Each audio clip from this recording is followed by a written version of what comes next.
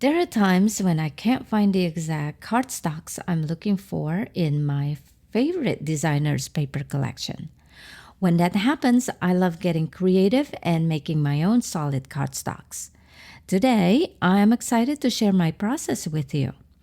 Hi, my name is Lydia. Whether you're new to my channel or already subscribed to it, I am so thrilled to have you here. Let's dive in and get started. Here I have already created my 12 by 12 document. In the Layers panel, click on the Create a New Layer icon. In the toolbar, click on the foreground color chip icon to open the color picker. Choose any color you like. I will go with this one and then just click OK. Press Alt Backspace, Mac Option Delete to fill the background with the foreground color. Next, in the menu bar, go to Window, Patterns. Click the Legacy Patterns and more.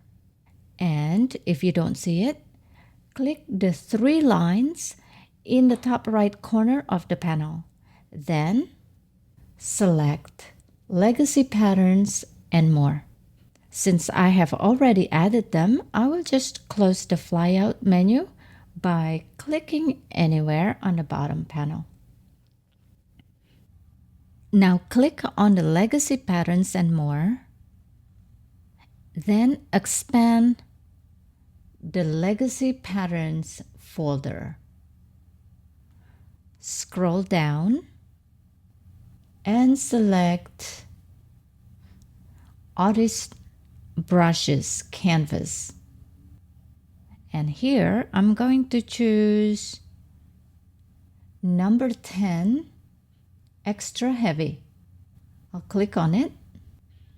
In the Layers panel, double click on the Pattern Fill Layer thumbnail to open the Pattern Fill dialog box.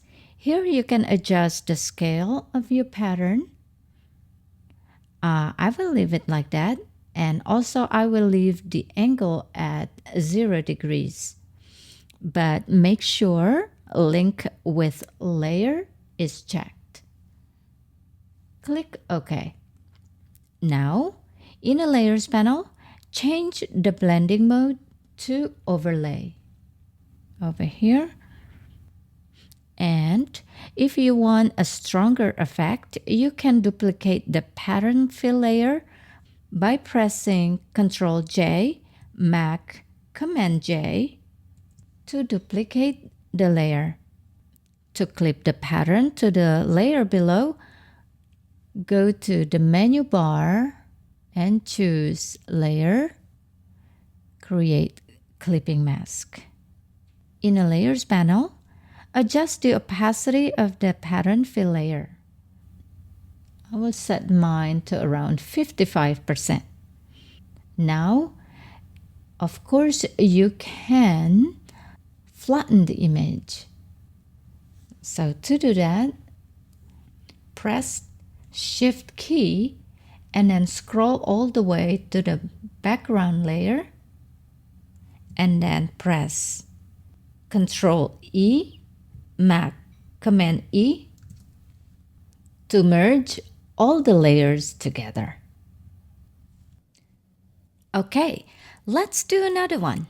In the menu bar, go to File, New, and here in the dialog box,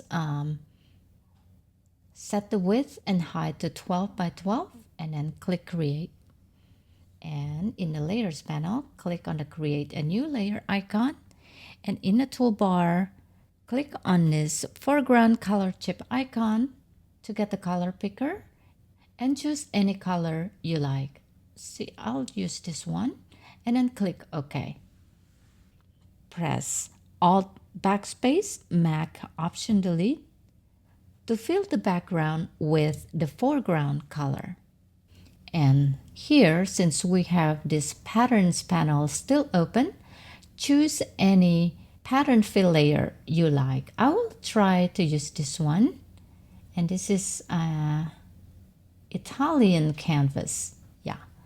And double click on it and see if you want to change anything. But I think I will be fine with everything over here. And then just click OK. In the layers panel, change the blending mode to overlay. And here you can adjust the opacity, and I will adjust it to probably like around 65%.